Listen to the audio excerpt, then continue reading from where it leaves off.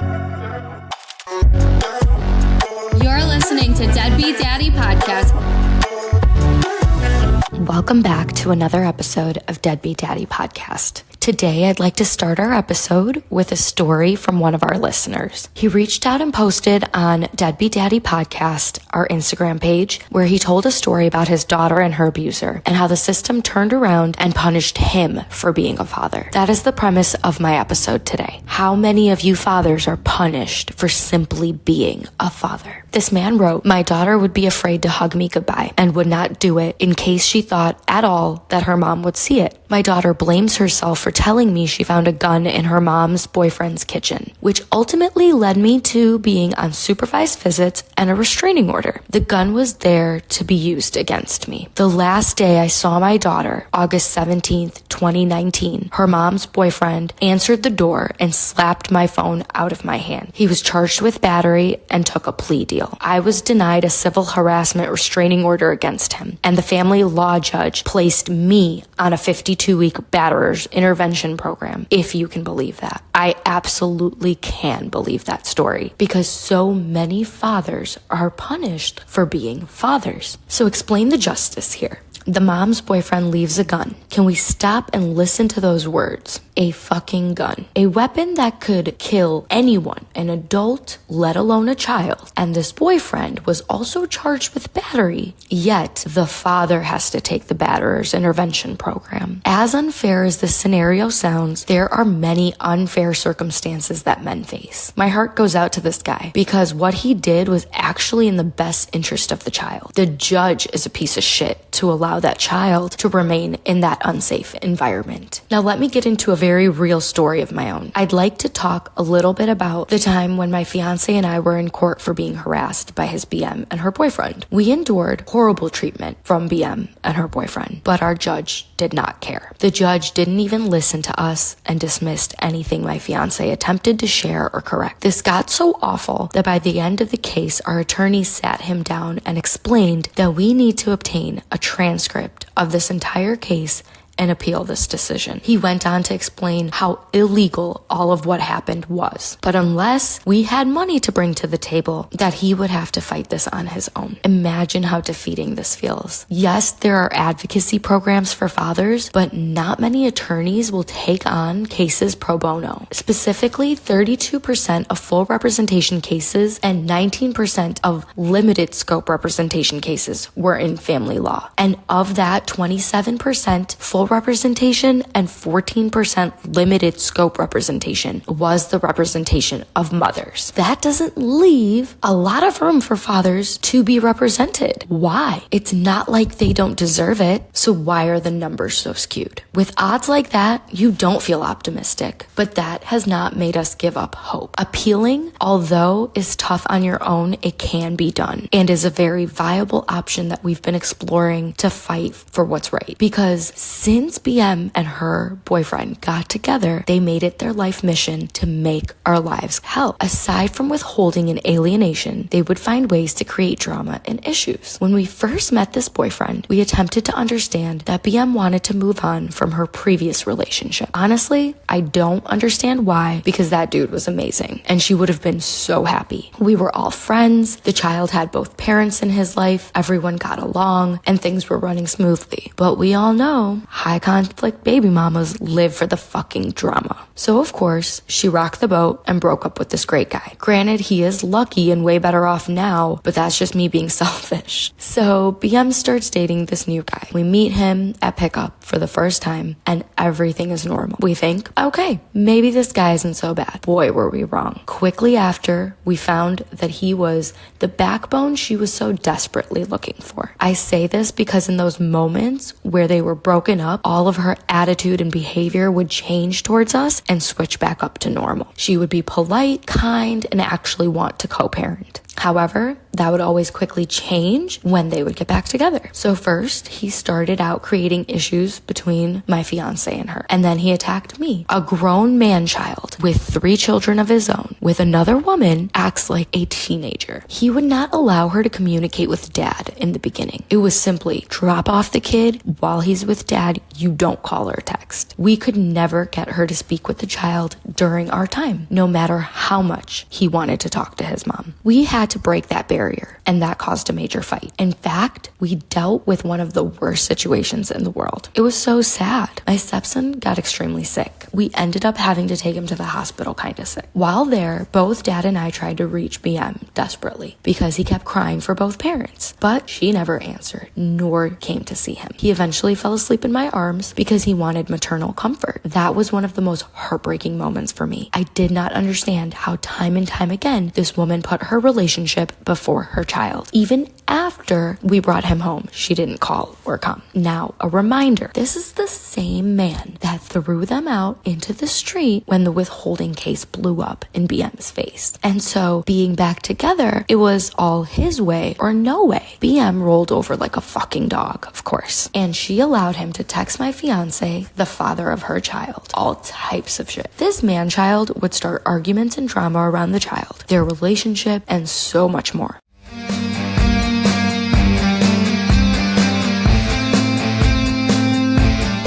We weren't the only culprits to his sick games. He involved other men that were previously in her life and cut her off from all her friends. He was quickly isolating her from everyone she loved, including her family, to be able to control her. This man-child would text us the most awkward and inappropriate things. Mind you, he has 3 children of his own and a BM already, and he would text me asking me if I wanted to see his fucking dick. And he would try to fight my fiance. What the fuck kind of shit is that? And for those of you that are stepmoms that know this type of behavior, my heart goes out to you. It's so fucked up. I was pissed and I was starting to feel extremely frustrated. We addressed things gently at first, but she turned around and stated that they felt harassed by us. I knew she was becoming delusional in their relationship, as many BMs do. Next, we would hear from third parties on how horribly he was treating her. The rumors that soon turned to truth were that she was in a domestic violence relationship. This man started to hit her in private settings. Then it became public settings. He would do it openly in front of everyone, and our stepson would come and tell us. The best way to handle the situation was by calming him down and explaining that dad will always protect him and his mother. Now, I know that sounds so deeply frustrating, and why would anyone want to say that they are helping a BM, especially one like that, but when that's your child's mother, you have to protect the child. And unfortunately, that means protecting the baby mama as well. Despite her actions being the epitome of bad parenting, if you ask my opinion, it's exactly what we did. We offered to protect her. The best way I knew how was to help this woman become independent for her son, at the very least. So as I would recommend to any stepmom in these types of situations, begin by providing resources. The types of resources I would recommend are how to find employment, walking through how credit works, how to rent your own apartment or buy your own home, how to earn anything and everything on your own. The one quality a single mother should possess is the ability to never depend on any individual other than themselves or immediate family. I tried so hard to explain this to her, that in the world, no one has anyone's best interest. All of my efforts and words failed. She didn't listen or utilize any of the resources provided to her. Instead, she chose to rely on a man, and boy, did she pick the worst man to rely on.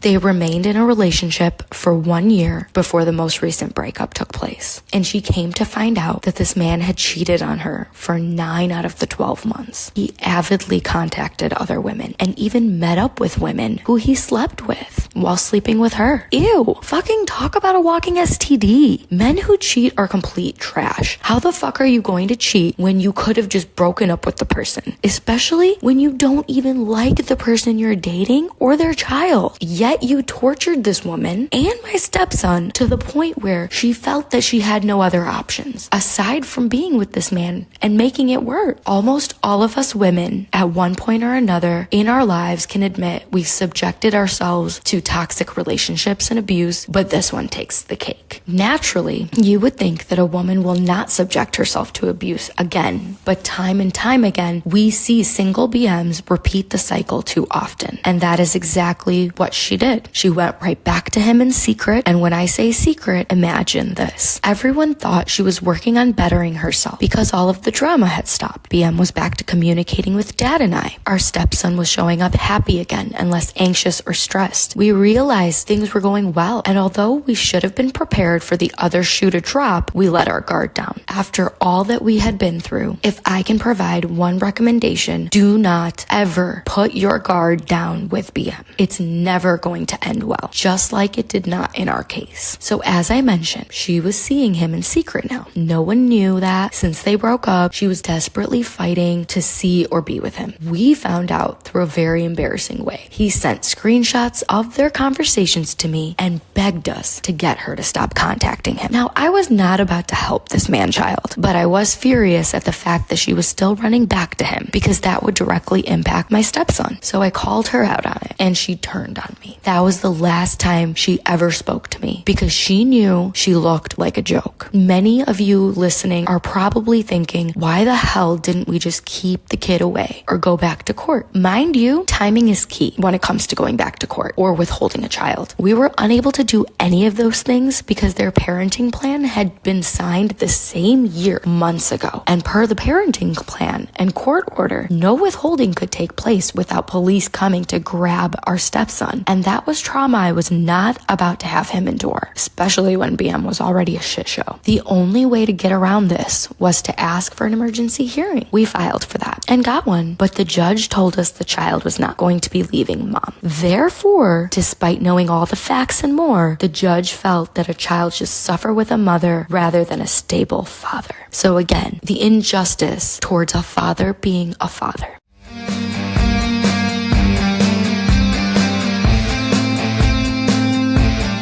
Which brings me into part 2 of our segment, how being a step-parent is extremely difficult. It's the kind of job where you put in all the work and hardly get rewarded. Not that we want or need a reward, but we deserve one. And the past can become pretty haunting, as it has lately for me, despite having the quote-unquote perfect life. I catch myself wondering, why does fate work in the mysterious ways that it does? To really dive into why I wanted my story to be heard is because I landed my dream career within the past year and a half, and I had to move out to the East Coast with my family. But I have felt unsettled since I've arrived. Everything may be coming true, and it seems like the perfect scenario, but a major void still exists. We had no choice but to move without my stepson. BM and the court system failed him and us at his greatest time of need. I will be telling you guys the story in a future episode of how this same judge abused all of our rights and kept my stepson from prospering in one of the best school systems in the country. Instead, this judge and BM are completely pleased with keeping him at a mediocre school in a ghetto area of Chicago with a toxic parent in an abusive relationship. Knowing mom had the ability and opportunity presented by our family to improve her life but chose not to, you will all be confused at her decision-making skills and mad at me for how much my heart went out to her back then. When you finally hear this piece of our story, everyone will understand why I wanted to tell it and put the word out there to help dads and other stepmoms like myself, because we are all survivors of injustice. So of course, leaving a member behind, big or small, never feels quite right, especially when it's your child and one that your significant other shares with someone else.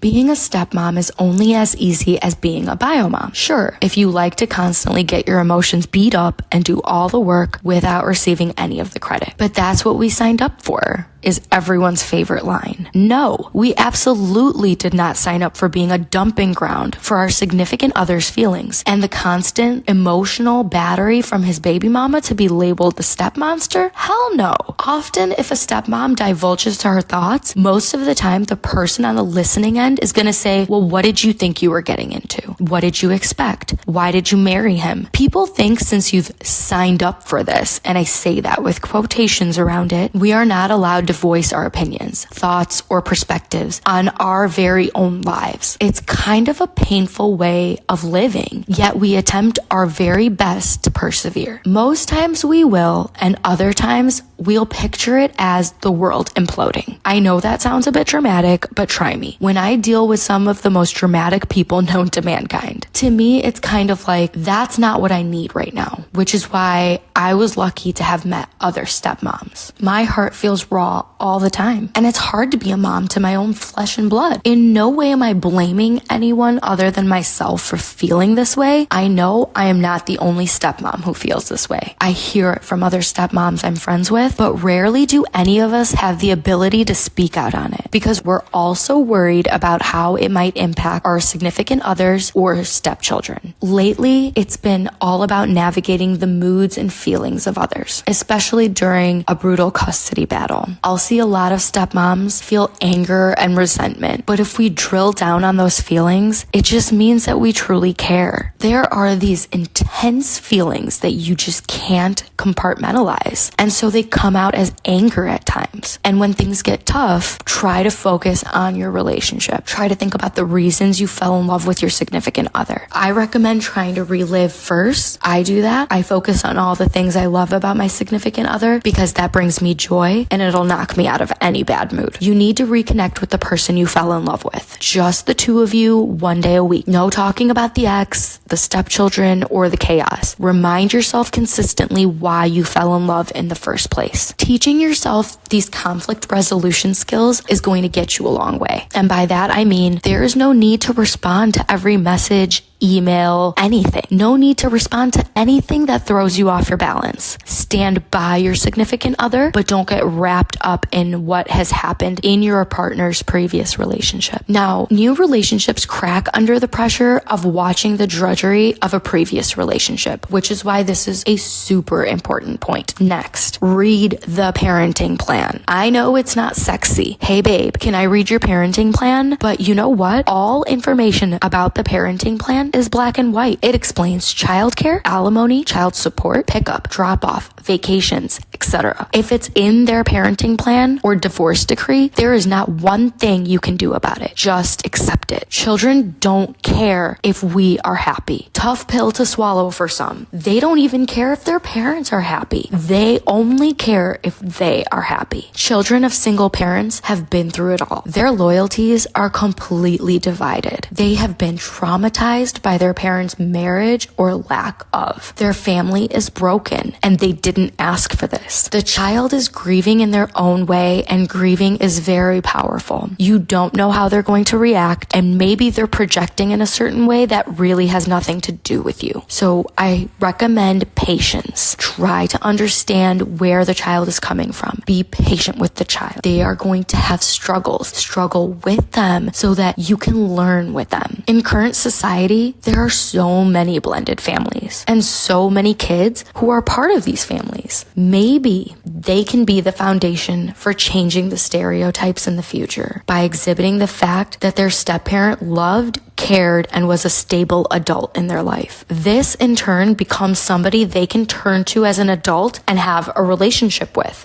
That is my core goal with my stepson. I want him to be able to, in the future, come to me when he's at odds with both parents and really sit down and talk through his emotions. I don't want him living with those inside of him. And to be entirely honest, I've met very few terrible stepparents, yet I've met thousands of incredible ones who are trying so hard to help raise children the best they can, to help them not be broken by a divorced family, but to instead be blended or raised in a really incredible environment and to just live their best lives. So in short, my advice, go have a me day. Ladies listening to this who are stepmoms, while the kids are there for their time, they will appreciate appreciate this too, because it goes hand in hand. While you're relaxing, the kids have alone time with their father. You're not an overimposing figure, and they feel relaxed when you are in their presence. Have dad take the kids out and do something, and then you guys structure a family activity together. As a stepmom, you may not always get the hugs and kisses, or you may not always feel like you're loved by your stepchildren, but over time, you definitely do start to feel that relationship being built, and one day they will come to you for life advice. So again, this is the positive note that I like to end the episode on. For all of you stepmoms and dads out there, again, keep loving those little tiny humans, keep fighting for them, and tune back in every Friday during drop-off and pickup time, 7 p.m. for a brand new episode. I'm going to continue bringing you guys really hot topics, and I plan to start having some guests on. So if you are interested in being a guest, please reach out to me through the Deadbeat Daddy Podcast Instagram, and have a wonderful night.